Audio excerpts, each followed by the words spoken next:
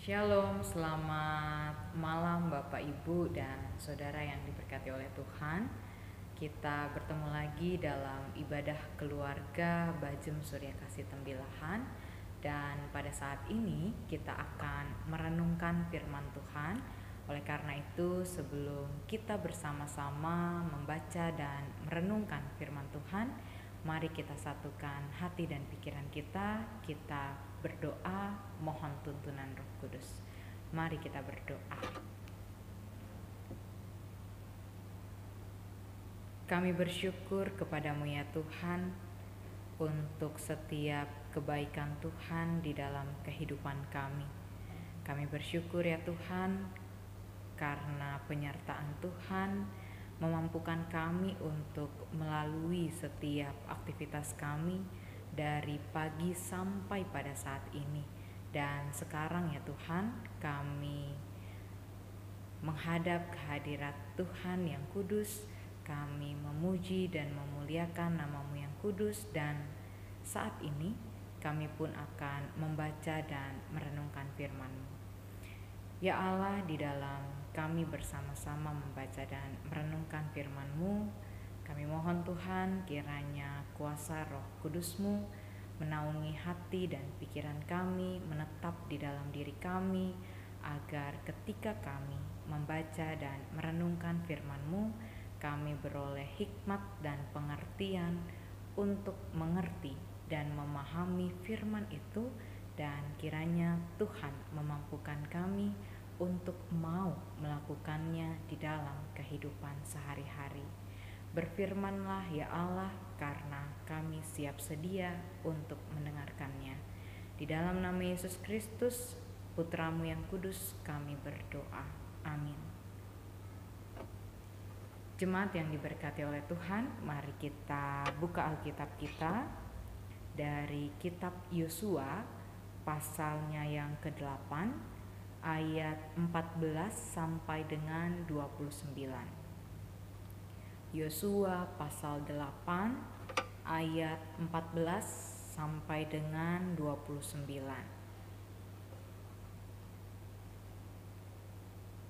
Jika kita semua sudah mendapatkannya, mari kita membaca dan memperhatikannya bersama-sama.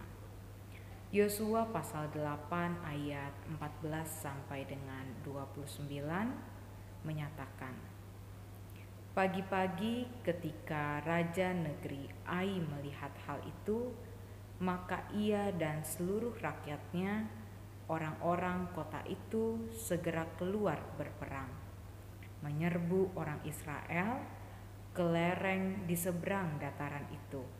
Raja itu tidak tahu bahwa ada orang bersembunyi di belakang kota. Yosua dan seluruh orang Israel itu berlaku seolah-olah dipukul mundur oleh mereka, lalu melarikan diri ke arah padang gurun. Sebab itu semua orang yang ada di kota dikerahkan untuk mengejar orang Israel. Maka mereka mengejar Yosua sehingga makin jauhlah mereka terpancing dari kota. Seorang pun tidak tinggal lagi di Ai dan Betel yang tidak keluar memburu orang Israel. Mereka meninggalkan kota itu terbuka karena mereka mengejar orang Israel. Lalu berfirmanlah Tuhan kepada Yosua, acungkanlah lembing yang ada di tanganmu ke arah Ai, sebab aku menyerahkan kota itu ke dalam tanganmu. Maka Yosua mengacungkan lembing yang di tangannya ke arah kota itu.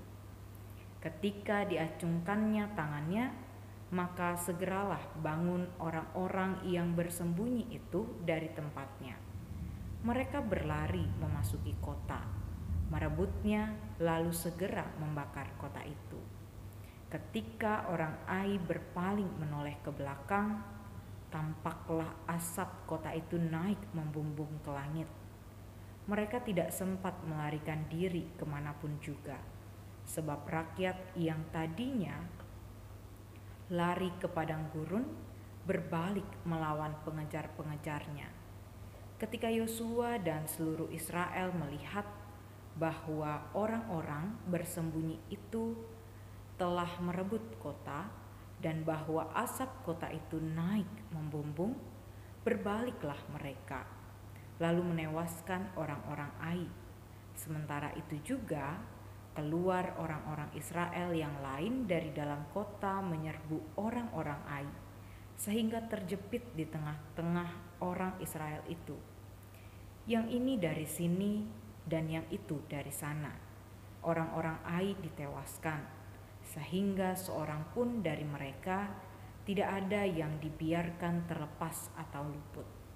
Tetapi Raja Ai ditangkap mereka hidup-hidup dan dihadapkan kepada Yosua.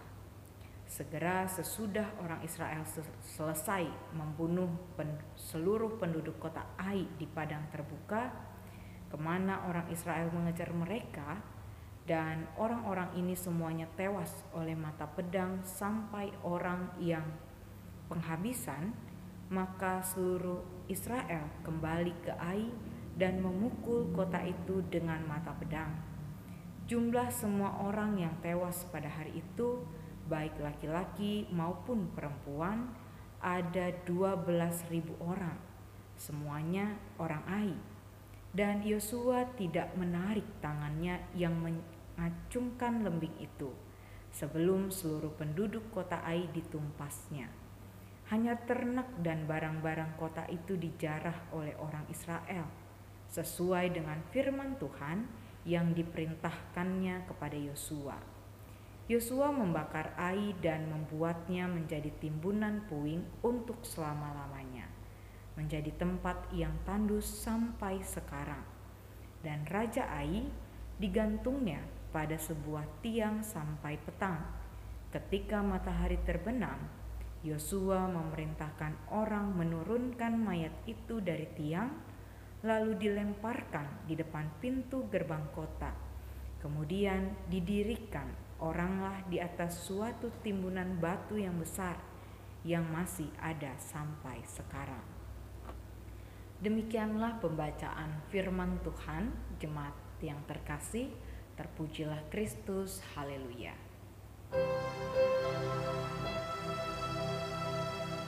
Haleluya, haleluya, haleluya.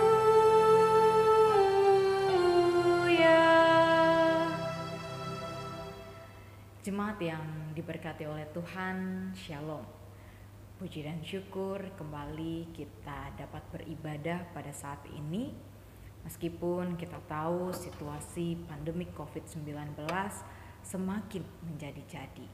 Nah, Bapak, Ibu, dan Saudara yang diberkati oleh Tuhan, pada saat ini firman Tuhan dari Yosua pasal 14 ayat Yosua pasal 14 sampai dengan 29 itu bercerita kepada kita tentang perjuangan Yosua bersama dengan orang Israel ketika mereka berperang melawan orang-orang Ai atau kota Ai.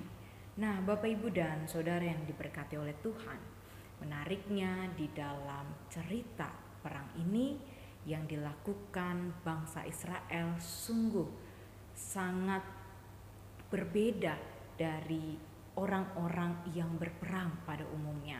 Ketika kalau kita lihat dalam perang, setiap orang berusaha untuk menonjolkan dirinya, untuk memberikan kemampuannya. Tetapi bangsa Israel ketika mereka berperang melawan orang-orang Ai, mereka melakukan strategi mengalah untuk menang. Nah, Bapak, Ibu, dan Saudara yang diberkati oleh Tuhan, mengapa bangsa Israel melakukan strategi mengalah untuk menang? Tentu di dalam firman yang kita baca, kita akan melihat ternyata sikap mengalah untuk menang itu adalah sikap yang diajarkan oleh Tuhan. Tuhan menyuruh Yosua bersama dengan bangsa Israel untuk melakukan tindakan mengalah kepada orang Ai, Makanya di ayat 15 dikatakan, Yosua dan seluruh orang Israel itu berlaku seolah-olah dipukul mundur oleh mereka, lalu melarikan diri ke arah padang gurun. Nah, Bapak Ibu dan Saudara yang diberkati oleh Tuhan, sikap bangsa Israel, sikap Yosua yang mengikuti perintah Tuhan mengalah untuk menang, ternyata dalam firman ini kita dapatkan membuahkan keberhasilan. Mereka berhasil mengalahkan orang-orang Ai, bahkan mereka berhasil untuk mengalahkan raja orang Ai. 12.000 orang Ai mati karena kalah dengan bangsa Israel.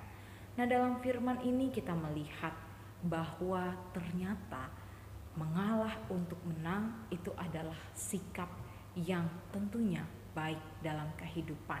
Seringkali sebagai manusia kita sulit untuk mengalah, tetapi belajar dari firman ini ternyata mengalah juga adalah salah satu strategi yang dikenan oleh Tuhan untuk setiap manusia agar berhasil melakukan apa yang Tuhan kehendaki. Nah, di dalam kehidupan ini tentu kita bertanya-tanya, kalau gitu pertanyaannya mengalah dari siapa? Nah, melalui firman ini kita belajar ternyata kita perlu mengalah dari setiap tantangan dan pergumulan kita. Dalam perjuangan kita untuk menghadapi tantangan dan pergumulan, kita perlu memakai strategi mengalah untuk menang. Kita berusaha untuk menyelesaikan pergumulan kita dengan sikap yang tidak mengandalkan diri sendiri, tetapi mengandalkan Tuhan. Sebagaimana seperti dalam firman Tuhan ini, kita melihat bangsa Israel, ia mengalah untuk menang karena ia tahu bahwa Tuhan berserta mereka. Tuhan berada bersama-sama dengan mereka dan berjuang bersama dengan mereka. Jadi ketika mereka mengalah untuk menang, sebenarnya yang mereka lakukan adalah berserah kepada Tuhan. Mereka melakukan apa yang mereka bisa, dan selebihnya mereka serahkan kepada Tuhan agar Tuhan yang menyempurnakan segala usaha dan perjuangan mereka dalam mengalahkan musuh-musuh mereka. Nah, dalam kehidupan ini Bapak, Ibu, dan Saudara sekalian, kita menyadari bahwa banyaknya pergumulan, banyaknya tantangan, bahkan situasi sosial yang kita alami mungkin juga menuntut kita untuk mengalah, untuk menang. Nah, ketika kita dituntut mengalah untuk menang, maka belajar dari firman ini kita perlu untuk melakukannya. Melakukan mengalah untuk menang bukan berarti kita pasrah. Karena ketika kita mengalah untuk menang, sebenarnya yang kita lakukan adalah kita memberikan porsi yang lebih banyak kepada Tuhan untuk turut campur tangan di dalam perjuangan kita. Oleh karena itu Bapak, Ibu, dan Saudara sekalian, di dalam kehidupan sehari-hari, mari kita mengalah untuk menang. Kita berikan ruang bagi Tuhan lebih banyak berkarya dalam kehidupan kita. Di tengah-tengah tantangan, di tengah-tengah pergumulan yang kita alami, mari kita berserah kepada Tuhan. Kita lakukan apa yang kita bisa, dan selebihnya kita serahkan kepada Tuhan supaya Tuhan menyempurnakan segala usaha kita untuk dapat menghadapi tantangan maupun pergumulan hidup yang kita alami. Khususnya di situasi pandemi COVID-19 ini, ketika kita melihat keadaan ekonomi semakin sulit, kesehatan banyak yang memburuk, maka di tengah-tengah keadaan ini, mari kita mengalah untuk menang. Kita berserah kepada Tuhan, kita lakukan bagian kita berjuang sebisa kita, dan selebihnya kita bawa dalam doa kepada Tuhan supaya Tuhan yang menyempurnakan perjuangan kita. Dan kiranya Bapak, Ibu, dan Saudara sekalian, firman ini dapat meneguhkan kita kembali, mengingatkan kita untuk lebih banyak memberikan ruang bagi Tuhan berkarya di tengah-tengah kehidupan. Bukan mengandalkan kemampuan diri sendiri, menonjolkan diri sendiri, tetapi kita mengandalkan Tuhan. Berserah untuk suatu hal yang berhasil yang Tuhan janjikan bagi kita. Kiranya Tuhan menguatkan dan memampukan kita melakukan firman-Nya dalam kehidupan. Amin.